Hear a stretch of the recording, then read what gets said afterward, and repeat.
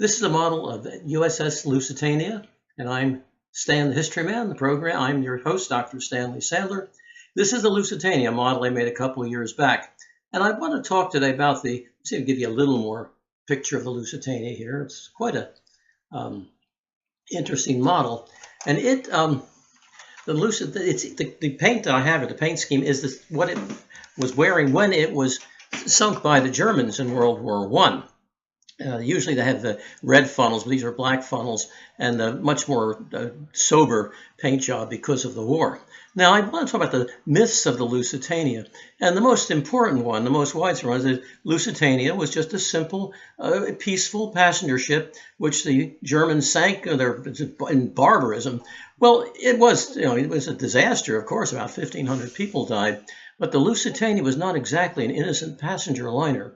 It was actually built under a program the British instituted early in the 20th century, armed merchant cruisers. They would take some of these ocean liners and then have guns mounted on them so they could serve as rather fast cruisers and not slug it out with battleships or regular cruisers, but with merchant ships and other liners and that type of thing.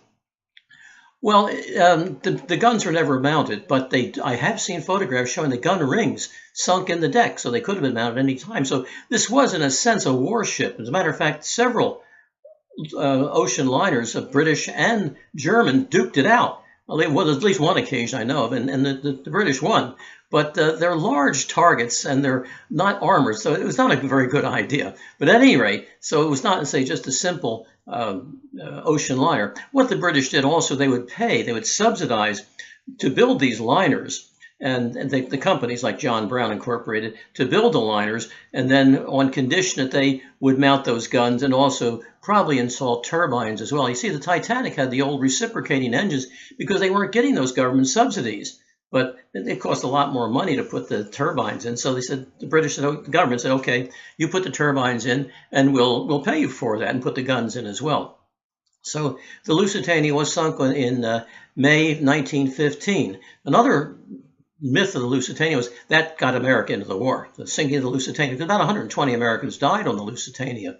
Well, as I said, the Lusitania was sunk in May of 1915. We didn't declare war on Germany until April of 1917, so we got a 2-year interval in between, at which time the United States was desperately almost trying to keep out of the war and constantly telling Germany, stop this sinking of merchant ships and so on, some of which were actually American ships or Americans died on them, or there'll be consequences. So what the Lusitania did was arouse a lot of American public opinion against the Germans. But we also have to remember there was a lot of pro-German opinion in this country.